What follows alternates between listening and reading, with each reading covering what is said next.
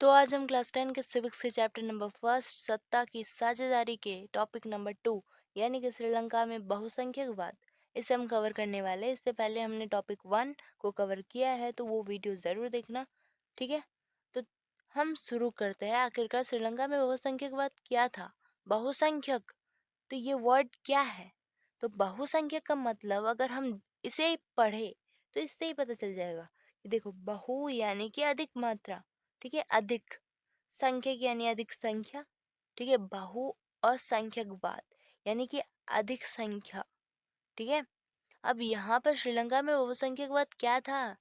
तो सन 1948 में अगर हम बात करें तो श्रीलंका जो है वो स्वतंत्र राष्ट्र बना। अब यहीं पर अगर एक साल पहले की बात करें 1947, तो यहाँ पर इंडिया आज़ाद हुआ था 1947 में। अब कौन से डेट में, ये तो सबको पता होना चाहिए, ठीक है। अब बहुसंख्यकवाद का मतलब होता है, ये एक तरह की विचारधारा है जिसमें क्या होता है कि जो अधिक संख्या वाले जो लोग होते हैं या समुदाय, ठीक है, लोग नहीं समुदाय, वो क्या करते हैं, अपने आप को पावरफुल मानते हैं और ये मानते हैं कि हम ही राजा है भाई। पर ऐसा तो नहीं है। अब यहाँ पर जो श्रीलंका की बात हो ही रही है, तो वहाँ के जो समुदाय है उनके बारे में भी तो बात करना होगा, वरना वो बुरा मान जाएंगे। अब जो सिंहली है, अब सिंहली ये नाम कोई नया नहीं है, हमने पार्ट 1 में पढ़ा है, यानी कि टॉपिक नंबर 1 में ये पढ़ा है कि जो श्रीलंका था, यानी जो श्रीलंका में अगर हम समुदायों की बात करें तो वहाँ दो समुदाय थे, एक था सिंहली और दूसरा था तमिल। अब तमिल भी दो भागों में बटा हुआ था, एक था वहाँ के यानी कि श्रीलंकाई तमिल और दूसरा था हिंदुस्तानी तमिल, जिसके बारे में हमने बताया है। तो प्लीज वो पार्ट 1 यानी कि टॉपिक नंबर 1 में देख लेना। अब सिंहली समुदाय के नेताओं ने अपनी बहुसंख्या के बल पर माना कि देखो, हम तो पावरफुल हैं, क्योंकि इनका परसेंटेज अगर पॉपुलेशन की बात करें तो वो 74% था पूरी जनसंख्या में और 18% था तमिल लोग का। अब अगर यही बात माने तो सिंहली जो लोग थे वो अपने आप को पावरफुल मानते थे, कहते थे कि हम तो पावरफुल है क्योंकि हमारी संख्या अधिक है, तो हम ही शासन करेंगे, यानी कि अल्पसंख्यकों पर शासन करेंगे और अपने कानून को थोप देंगे। अब इसी वजह से क्या हुआ कि लोकतांत्रिक रूप से निर्वाचित, लोकतांत्रिक क्या होती है? लोकतांत्रिक वो व्यवस्था है जहाँ पर जो प्रतिनिधित्व या फिर गवर्नमेंट या सरकार का जो चुनाव है वो कौन करेगा? जनता करेगी, ठीक है। पूरा जो पावर है, उसका जो पूरा पावर है वो जनता के हाथों में है, क्योंकि वो अगर चुनेगी ही नहीं सरकार को तो गवर्नमेंट बनेगा कहाँ से? ठीक है, गवर्नमेंट बनाने के लिए चुनाव चाहिए, चुनाव कौन करेगा? जनता करेगी। यानी कि लोकतांत्रिक व्यवस्था में जनता के हाथों से प्रतिनिधित्व यानी सरकार का चुनाव होता है, प्रतिनिधि, ठीक है। अब यहाँ पर लोकतांत्रिक रूप से निर्वाचित सरकार में सिंहली समुदाय की प्रभुत्व कायम करने के लिए अपनी बहुसंख्यक परस्ती, परस्ती यानी कि जो बहुसंख्यक परस्ती एक तरह से विचारधारा है जिसमें क्या माना जाता है कि जो बहुसंख्यक लोग हैं वही शासन करे, या फिर वो क्या है, वो बेस्ट है, उसको प्राथमिकता दी जाती है। अब यहाँ पर उन्होंने कई कदम उठाए। कौन कौन से कदम? एक दो तीन देखते हैं कौन कौन से कदम। अब यहाँ पर जो श्रीलंका को देख लेते हैं, क्योंकि श्रीलंका छोटा सा है, तो यहाँ पर सिंहली, श्रीलंकाई तमिल, भारत वंशी यानी कि हिंदुस्तानी तमिल और मुसलमान, ये चार भाग है, ठीक है। छोटा सा है और उसके इतने भाग। 1956 में, अब आते हैं 1956 में, 48 से सीधा 56, ठीक है। 56 में कानून बना, लगभग 7 सालों या 8 सालों के बाद, ठीक है, 7-8 साल तो हो ही गए होंगे।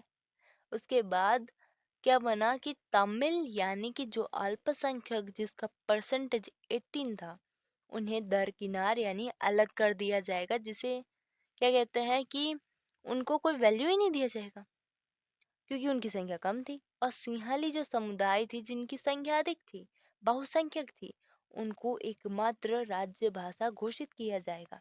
अब ये तो गलत है ना, बाकी का क्या?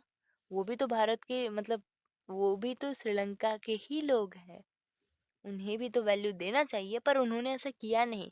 पर लास्ट में क्या हुआ ये भी हम पढ़ेंगे।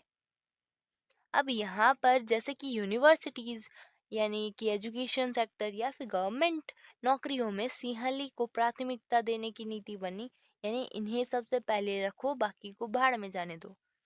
नए संविधान में यह प्रावधान भी किया गया, जो नया संविधान इन्होंने बनाया उसमें प्रावधान यह जोड़ा गया कि जो बौद्ध मत का क्या करेगा, संरक्षण किया जाएगा और बढ़ावा मिलेगा। किसे? बौद्ध मत को, क्योंकि जो सिंहली समुदाय था वो बौद्ध धर्म को मानने वाला था।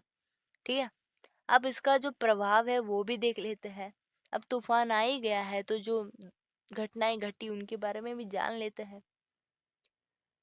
अब पहली घटना ये घटी कि एक एक करके जो नई सरकारी फैसले आने लगे, ठीक है, बहुसंख्यक लोगों के द्वारा, उसमें जो श्रीलंकाई तमिल वो नाराज हो गए और शासन के प्रति बेगानापन को बढ़ाया उन्होंने। बेगानापन एक तरह से क्या होता है, वो जो क्या सोचते हैं कि हम अलग हैं, यानी कि देश से अलग मानने लगते हैं वो अपने आप को, यानी एक तरह से उनकी वैल्यू नहीं हो रही है, ऐसा वो मानते हैं।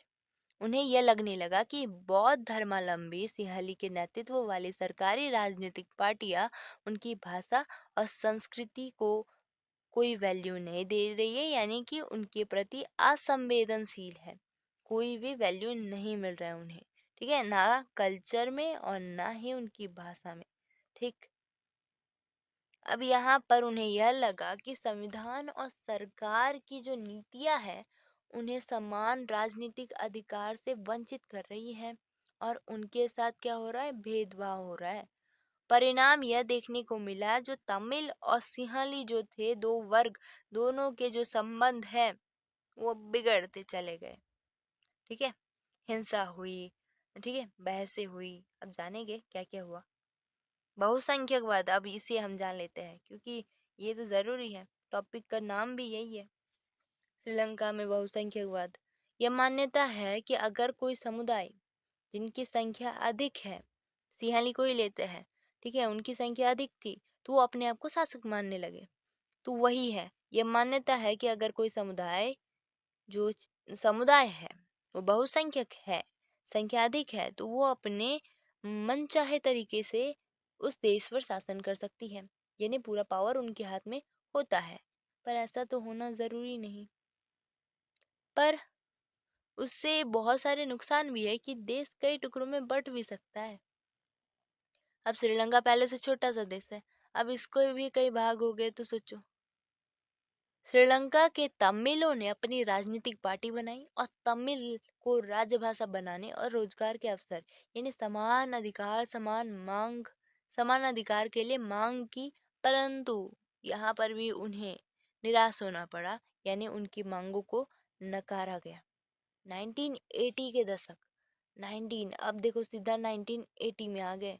दशक का मतलब होता है, क्या होता है, क्या होता है दशक का मतलब? दशक का मतलब होता है 10 वर्ष। ठीक है, नॉर्थ ईस्ट श्रीलंका में स्वतंत्र तमिल, इलम, इलम जो है वो एक तमिल भाषा है जिसे अगर हम जाने तो इसे गवर्नमेंट कहा जाता है या फिर सरकार। ठीक है, सरकार बनाने की मांग को लेकर पॉलिटिकल पार्टीज बनी 1980 के दशक में।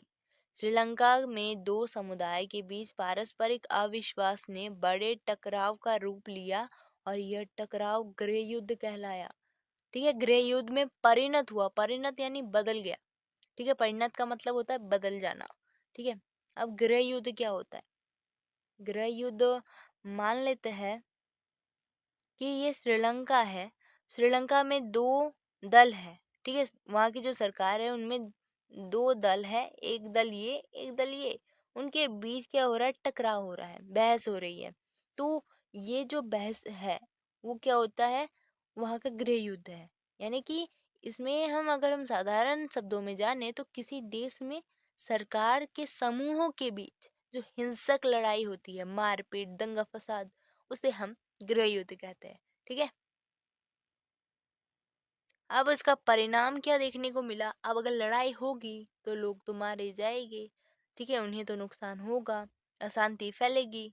अब यहाँ पर यही हुआ, देखने को मिला कि समुदायों के बीच जो टकराव हुआ या फिर जो हिंसक लड़ाई हुई, गृह युद्ध हुआ, उससे कई लोग मारे गए और बहुत सारे लोग देश को छोड़ के शरणार्थी बन गए। शरणार्थी का मतलब होता है कि मान लो ये देश है श्रीलंका, और श्रीलंका के जो लोग हैं वो उस देश से भाग के आ गए इंडिया, तो इंडिया में जो रह रहे हैं श्रीलंका के लोग वो है शरणार्थी। समझ जाओ। बेल्जियम की समझदारी। अब बेल्जियम की समझदारी दिखाना ज़रूरी था, क्योंकि अगर वो समझदारी नहीं दिखाता तो यही जो श्रीलंका के साथ हुआ यही होता। अब यहाँ पर अगर श्रीलंका की बात करें तो वहाँ तो दो समुदाय थे, यहाँ तो तीन तीन हैं। अब तीन तीन क्यों? क्योंकि यहाँ पर डच, फ्रेंच और जर्मन तीन भाषी लोग थे। अब तीनों के बीच अगर लड़ाई होता तो बेल्जियम तीन भागों में बढ़ जाता। ठीक, अब वो बेल्जियम रहता ही नहीं, अब वो तीन भागों में बढ़ जाता, अलग अलग नामों से जाना जाता। अब बेल्जियम बेल्जियम के नेताओं ने श्रीलंका से अलग रास्ता अपनाया और समझदारी दिखाई कि उन्होंने क्या किया कि भाई लाओ लाओ, हम एक्सेप्ट करते हैं कि जो भी कल्चर अलग है हम एक्सेप्ट करते हैं। ठीक है, जो सांस्कृतिक भिन्नता है उसे हम स्वीकार करते हैं, वरना हमें पता है कि हमारे साथ क्या होगा, हमारा देश का क्या हाल होगा। तो उन्होंने ये समझदारी दिखाई कि हम क्षेत्र अंतर विविधता जो है, विविधता का मतलब होता है अंतर, ये सारी चीज़ों को हम एक्सेप्ट करेंगे। ठीक है, ना कि श्रीलंका के जैसा बेवकूफ़ी करने वाले हैं। ठीक है, 1970 और 1993, 1970 से 1993 के बीच जो बेल्जियम है वहाँ पर संविधान के 4 संशोधन हुए। संशोधन का अर्थ होता है बदलाव, चेंज जिसे कहते हैं। अब उसके भी नियम संविधान में ही दिए गए हैं, पर कुछ ऐसे भी टॉपिक्स होते हैं या पॉइंट या कानून होते हैं जिनका संशोधन नहीं किया जाता है।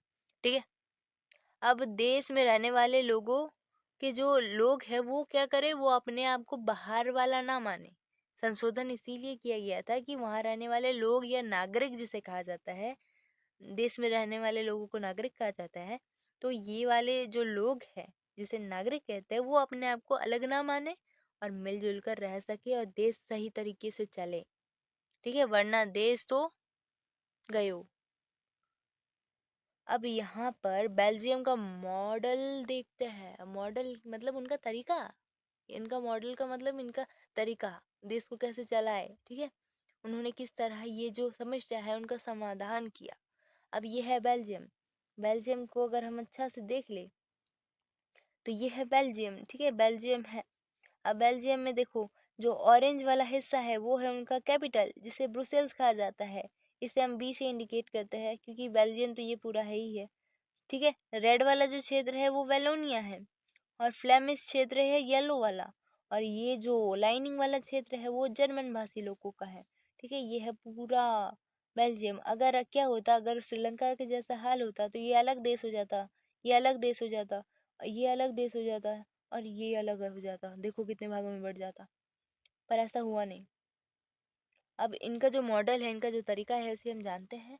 संविधान में ये स्पष्ट प्रावधान किया गया है, बेल्जियम के संविधान में, ये सेंट्रल गवर्नमेंट है वहाँ पर जो मंत्रियों की जो संख्या होगी ना वो इक्वल होगी। ठीक है, जैसे कि हमारे संसद में क्या होता है, दो ग्रुप है। ठीक है, लोकसभा राज्यसभा। तो यहाँ पर उसी तरह यहाँ पर क्या किया गया, अगर जो मंत्रियों की जो संख्या होगी वो दोनों समुदायों से इक्वल होगी। ठीक है, जिस तरह हमारे भारत में क्या है, संसद है, संसद में दो सदन होते हैं, एक लोकसभा एक राज्यसभा। ठीक है, उसी तरह तो कानून तभी बन सकता है जब दोनों समुदाय या फिर दोनों सदन जिसे हम कह सकते हैं, ठीक है, वो क्या हो, सहमत हो।